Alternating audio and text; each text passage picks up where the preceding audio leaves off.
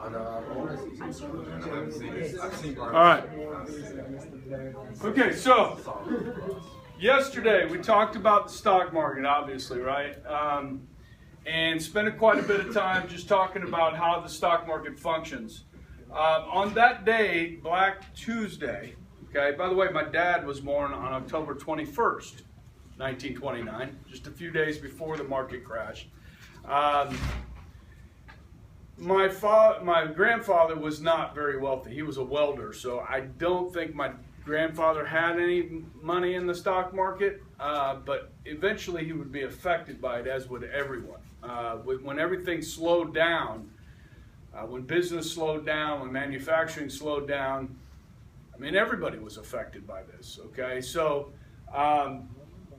some of the prices here, you take a company like U.S. Steel, that in September was trading for $262 a share, okay, of 1929, September.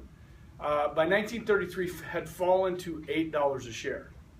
General Motors, similarly, $82 a share in September 29 would fall to $4 a share. Montgomery Ward, which was over $100 a share, fell to $8 a share. So the major companies were hit hard by this, okay? And I'll show you just kind of on this next slide. Does anybody know what this thing down here is? Okay, this is what's called the ticker, all right? You've heard of ticker tape parades? Okay, you haven't heard of ticker tape parades? In the video I showed you on 1927, remember Lindbergh returned to New York, had the largest ticker tape parade ever. How many ever tons of it? Thankfully not all at once. You didn't catch that. It was kind of funny.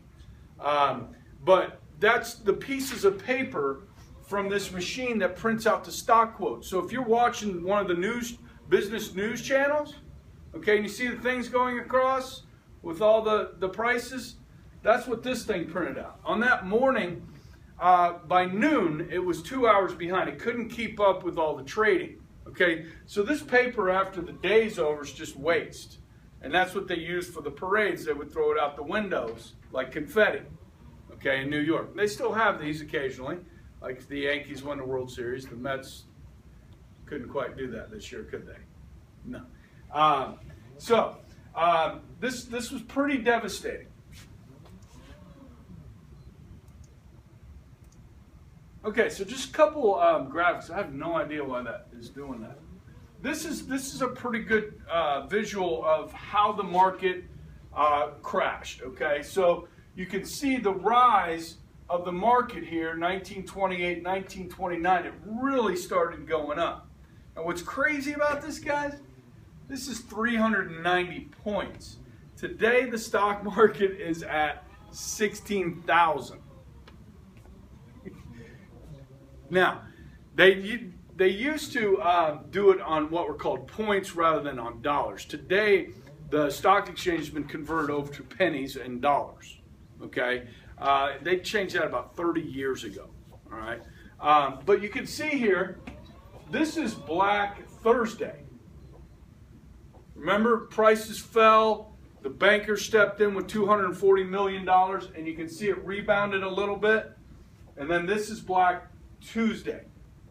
All right, so over time it's going to come back, but the trend is always up and down, but always down. Okay, and what you have there is kind of the low here. I said 1933, moving into 1932, I reckon there. Okay, then you have, I put this on here. It's kind of fun to watch. This is for the first time investor or an investor. You put money in the market, you're optimistic. All right, it starts to go up, you're excited, you're thrilled, and then you hit euphoria. Wow, I'm really smart. I know how to manage my money, okay? Well, then it starts to go down, you get a little bit anxious, and then you're in denial. No, this isn't really happening. Then you're scared, you're desperate, you panic, and then you give in to that panic, you capitulate, all right? And then you're despondent. Starts to come back up, you're still depressed. There's some hope. Okay, relief, oh, it's coming back to where I started, and then back to optimism. And that's kind of the roller coaster ride of an investor. That's why I told you guys yesterday This is long-term, guys. You don't put your money in there unless you're going to be a day trader and try and make money daily on the market, okay, which is like gambling. This is a long-term process. So you invest when you're young, you leave the money in there, it's going to go up and down, you continue to buy, you buy when it's down, okay, and hopefully it works out for you. Hopefully it works out for me. All right.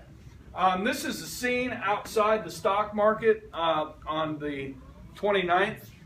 Everybody was anxiously waiting for news of what was going on the market and so forth. I have a little video here.